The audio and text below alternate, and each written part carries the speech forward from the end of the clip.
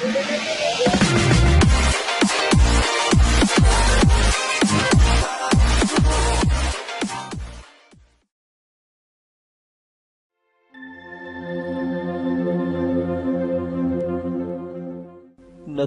Gurdaspur jail کا حوالدار تھا۔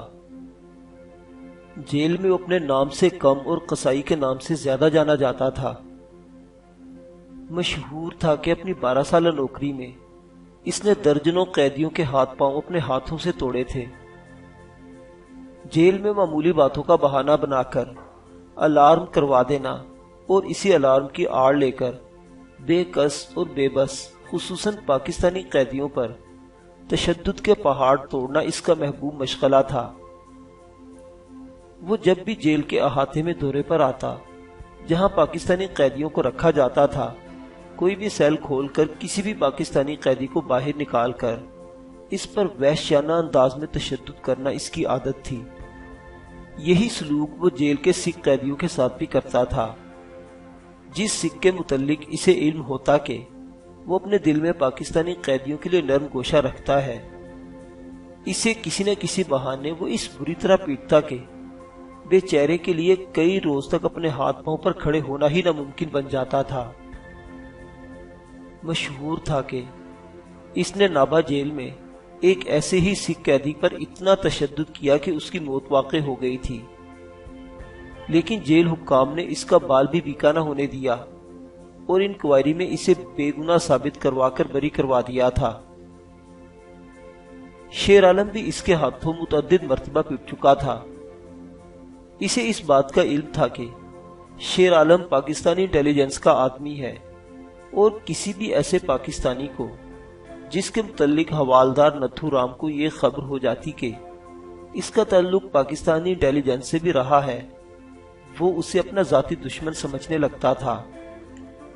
اس نے گرداسپور جیل میں 1 سال گزارا تھا، جس کے بعد اس کا تبادلہ امرتسر جیل میں ہو گیا تھا، لیکن اس نے 1 سالہ دور میں شیر عالم اور بشیر کو کئی مرتبہ معمولی بہانوں سے وحشیانہ انداز میں پیٹا تھا۔ دونوں بے بزی سے پٹتے رہے تھے، اس سے زیادہ وہ کر بھی کیا سکتے تھے۔ اگر غصے میں گالیاں دیتے تو اپنی کوئی ہڈی ضرور توڑوا بیٹھتے۔ دونوں نے خدا سے کئی مرتبہ دعا مانگی تھی کہ کبھی زندگی میں ان کا سامنا اس جیل سے باہر آزاد فضا میں بھی ہو جائے۔ شاید ان کی دعائیں قبول ہوتی ہوئی تھی، لیکن اس وقت اس سے اچانک ٹکراؤ نے شیر عالم کو بوکھلا کر رکھ دیا تھا۔ اسے اس بات کا علم تو تھا کہ نتھورام گرداسپور ہی کی کسی گاؤں کا رہنے والا ہے، لیکن اس بات کا علم نہیں تھا کہ وہ اسی علاقے میں رہتا ہے۔ چند لمحوں میں شیر عالم نے صورتحال کی سنگینی کا احساس کر لیا تھا۔ وہ جانتا تھا کہ ایک لمحے کی غفلت بھی اسے موت یا پھر زندگی بھر کے لیے دوبارہ بھارتی جیلوں میں پہنچا سکتی ہے۔ اس نے اپنے حواس قائم کیے اور اس کی طرف دیکھ کر خام خواہ مسکرا دیا۔ داس کو بھگت رام کہتے ہیں، ہم تو رام کے بھگت ہیں شریمان جی، شاید آپ کو غلطی لگی ہے۔ اب ایک غلطی کے بچے، اس نے شیر عالم کو گالی دی۔ سالے، میری آنکھوں میں دھول جھونکتا ہے مسلے کی اولاد۔ تو سمجھتا تھا کہ جیل سے بھاگ کر بچ جائے گا، اب میں دیکھتا ہوں تو کس طرح بچتا ہے۔ چپ چاپ میرے آگے لگ جا، ورنہ بی ایس ایف کے بندوں کو یہاں بلا کر تجھے گولی مروا دوں گا، نتھورام نے غصے سے کھولتے ہوئے کہا۔ رات گہری ہو رہی تھی، آشرم کی روشنیاں یہاں تک پہنچتے پہنچتے بڑی مدھم ہو گئی تھی۔ اس بات کا اسے اندازہ تھا کہ یہاں سے نزدیک دور کے دیہاتوں کے لوگ گہری نیند سو رہے ہوں گے، سوائے ان بھگتوں کے جو آشرم میں سر کھپا رہے ہیں۔ جہاں تک بارڈر سیکورٹی فورس کا تعلق تھا، دور دور تک اس کا نام و نشان دکھائی نہیں دے رہا تھا۔ یوں بھی سرحد سے اندر 2-3 کلومیٹر کی دوری پر بی ایس ایف والوں کو جھک مارنے کی کیا ضرورت تھی؟ یہ کوئی جیل کا احاطہ نہیں تھا، بھارتی علاقہ ضرور تھا، لیکن یہاں فی الوقت نتھورام کی حکومت نہیں چل سکتی تھی۔ اس کے منہ سے گالیاں سن کر شیر عالم کا خون کھول اٹھا۔ لیکن اس نے اپنے دل و دماغ کو قابو میں رکھا۔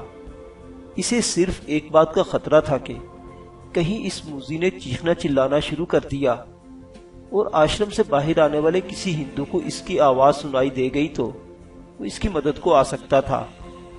بصورت دیگر تو بھگوان بھی اب اس کی مدد نہیں کر سکتا تھا۔ دیکھو نتھو رام، تمہیں میرے متعلق غلط فہمی ہے۔ میں اسمگلر ہوں، یہی میرا پیشہ ہے۔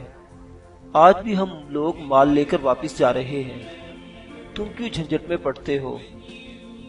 میں تمہیں 20-25 ہزار روپے دے دیتا ہوں۔ ساری زندگی تم نے اتنی رقم نہیں دیکھی ہوگی۔ پیسے لو اور چپ چاپ اپنا راستہ ناپو۔ مجھے گرفتار کروانے پر سرکار تمہیں اتنا انعام تو دینے سے رہی۔ یہ کہتے ہوئے وہ بڑے نامحسوس انداز میں آہستہ آہستہ ڈھلتی عمر کے نتھو رام کی طرف بڑھنے لگا۔ وہ اپنے اور اس کے درمیان فاصلہ کم سے کم کرنا چاہتا تھا تاکہ اس کے حلق سے آواز بلند نہ نکل سکے۔ تیری! نتھو رام کے منہ سے بمشکل ابھی لفظ ہی نکلا تھا جب وہ چیتے کسی پھٹی سے اس پر لپکا۔ شیر عالم نے اس موذی پر لپکتے ہوئے صرف ایک جھلک بشیر کی دیکھی تھی جو اس طرف دبے قدموں آ رہا تھا۔ بشیر نے شاید انہیں دور سے دیکھ لیا تھا۔ ممکن ہے اتنے اندھیرے میں اس کے لیے نتھو رام کو پہچاننا مشکل ہو رہا تھا، لیکن اس نے صورتحال کی نزاکت کا اندازہ ضرور لگا لیا تھا۔ اس نے یہ بھی جان لیا تھا کہ جس شخص پر شیر عالم جھپٹنا چاہتا ہے وہ ضرور ان کے لیے خطرے کا باعث ہی ہوگا، ورنہ ایسے حالات میں کوئی شیر عالم کو 10 جوتے بھی مار لیتا تو وہ بھی کسی سے ہاتھا پائی کا خطرہ مول نہیں لے سکتا تھا۔ نتھو رام ہے، ہمیں پکڑوانے آیا ہے، اس نے تیزی سے نزدیک آتے بشیر کی طرف دیکھے بغیر کہا۔ اس درمیان اس نے اپنے دونوں ہاتھوں کا شکنجہ بڑی مضبوطی سے نتھو رام کی گردن میں کس دیا تھا۔ وہ سارا زور لگا کر چیخنے کی کوشش کر رہا تھا۔ بشیر نے ایک ہی لمحے میں خطرناک فیصلہ کر لیا تھا۔ اس نے اپنے پاؤں کی ایڑی پورے زور سے نتھو رام کے سر پر ماری اور دیوانہ وار اس کی کنپٹی پر اور سر پر وار کرتا ہی چلا گیا۔ اس درمیان شیر عالم کی انگلیاں بڑی مضبوطی سے نتھو رام کی گردن میں دھنس گئی تھی۔ وہ 3 منٹ کی مزاحمت کے بعد ہی نتھو رام اکال چلنا کر گیا۔ شیر عالم کی آنکھوں میں خون اترا ہوا تھا۔ اس نے ایک نظر اس کے مکروہ چہرے پر ڈالی اور اس کی نبضیں ٹٹول کر اس کی موت کی تصدیق کرنے کے بعد اس کے مردہ بدن کو زور سے ٹھوکر ماری۔ کتے کا پلا، اس نے بڑبڑاتے ہوئے کہا، ہوش کرو شیر عالم، ہوش کرو۔ بشیر نے اس کے دونوں بازو پکڑ کر پوری قوت سے جھنجھوڑتے ہوئے شیر عالم ہوش میں واپس لوٹ آیا۔ ہمیں ایک لمحہ ضائع کیے بغیر اس کی لاش کو ٹھکانے لگانا ہے۔ بشیر نے تیزی سے سرگوشی کی۔ دونوں کے دلوں کی دھڑکنیں معمول سے بڑھ گئی تھی۔ بھاگ چلتے ہیں، پڑا رہنے دو۔ چلیں کیا؟ شیر عالم نے کہا۔ بے وقوفی مت کرو، ہمیں یہاں سے کل رات کو جانا ہے۔ اس سے پہلے اس علاقے میں پولیس آئی تو ہمارے لیے کوئی نیک شگون نہیں ہوگا۔ مجھے تو پکڑو، اسے پکڑو۔ یہ کہتے ہوئے بشیر نے اس کے دونوں بازو پکڑ لیے اور شیر عالم نے دونوں پاؤں نتھو رام کے تنے مردہ کو دونوں اسی طرح اٹھائے ہوئے یہاں سے قریباً آدھے فرلانگ کے فاصلے پر موجود کماد کے گھنے کھیت میں لے آئے تھے۔ وہ اس موذی کی لاش کو زمین پر کھینچنے کا تصور بھی نہیں کر سکتے تھے۔ اس طرح کچی زمین پر نشانات پڑ جاتے اور کسی کو بھی صبح شک گزر سکتا تھا۔ دونوں ہانپنے لگے تھے، لیکن ایک سرشاری کے عالم میں انہوں نے نتھو رام کے مردہ جسم کو تھاما ہوا تھا۔ اس شخص نے پاکستانی قیدیوں پر ظلم کے بے پناہ پہاڑ توڑے تھے۔ انہیں یہ سوچ سوچ کر روحانی مسرت نصیب ہو رہی تھی کہ جب نتھو رام کی موت کی خبر جیل میں پہنچے گی تو ان کے بے بس ساتھی کتنی زیادہ خوشی محسوس کریں گے۔ لاش کو انہوں نے کماد سے لدے کھیت کے عین درمیان میں اس طرح پھینکا تھا کہ اگر کوئی شخص یہاں تک نہ آتا تو اس کی لاش باہر سے نظر آنے کے امکانات نہ ہونے کے برابر تھے۔ صرف ایک ہی صورت تھی کہ کوئی جانور اس کی لاش کو کھا جائے۔ کماد کی فصل پکنے پر آ رہی تھی، لیکن کٹنے میں ابھی کم از کم 1 ماہ باقی تھا۔ اس درمیان شاید ہی کوئی کھیتوں کے اندر جاتا، کیونکہ اب سپرے کی بھی گنجائش نہیں تھی۔ دونوں نے باہر آ کر اطمینان کا طویل سانس لیا اور آہستہ آہستہ آشرم کی طرف واپس لوٹنے لگے۔ دونوں نے دل ہی دل میں خدا کا شکر ادا کیا کہ اس مصیبت سے انہوں نے آسانی سے چھٹکارا حاصل کر لیا۔ بصورت دیگر ان کی ساری محنت اکارت جانے کے امکانات بھی موجود تھے۔ انہوں نے کچھ دیر وہیں بیٹھ کر خود کو نارمل کیا اور پھر واپس لوٹے تھے۔ بھجن کتھا ختم ہو چکی تھی، لیکن آشرم کی بتیاں ابھی روشن تھی۔ رات کا 1 پہر ڈھل چکا تھا۔ بھجن کرنے والے اپنے گھروں کو لوٹ چکے تھے۔ آشرم کے باہر ہی اچانک گیتا نجلی ان کے سامنے آ گئی۔ خدا جانے وہ کس گوشے میں چھپ کر ان کی منتظر تھی اور اچانک نکل کر سامنے آ گئی تھی، یا پھر یہ حسن اتفاق تھا، لیکن دونوں کے دل ایک مرتبہ زور سے دھڑک کر رہ گئے۔ کہاں تھے تم؟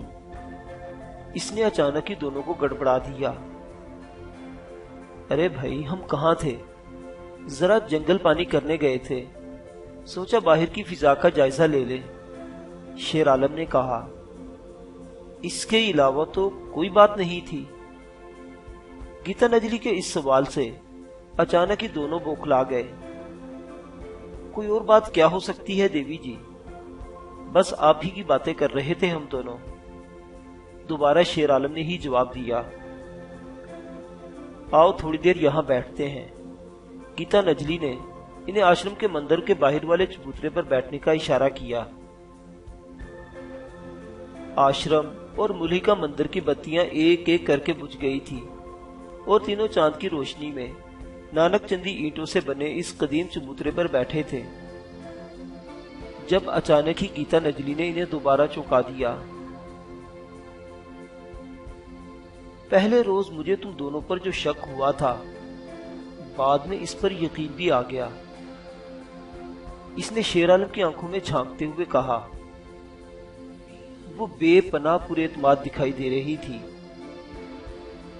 اچھا جی، ہمیں بھی بتا دو، جانے پھر کب ملاقات ہو زندگی میں، یہ سننے کا موقع بھی ملے یا نہیں، شیر عالم نے مسکراتے ہوئے کہا۔ میں سنجیدہ ہوں، مجھے اس بات کا علم ہے کہ اب تمہیں مجھے سے ڈرنے کی ضرورت نہیں ہوگی۔ میں شروع ہی سے جانتی ہوں کہ تم دونوں مسلمان ہو، تمہارا تعلق پاکستان سے ہے اور عین ممکن ہے تم دونوں جیل سے بھاگے ہوئے ہو۔ میری بات سن لو، درمیان میں نہ ٹوکنا،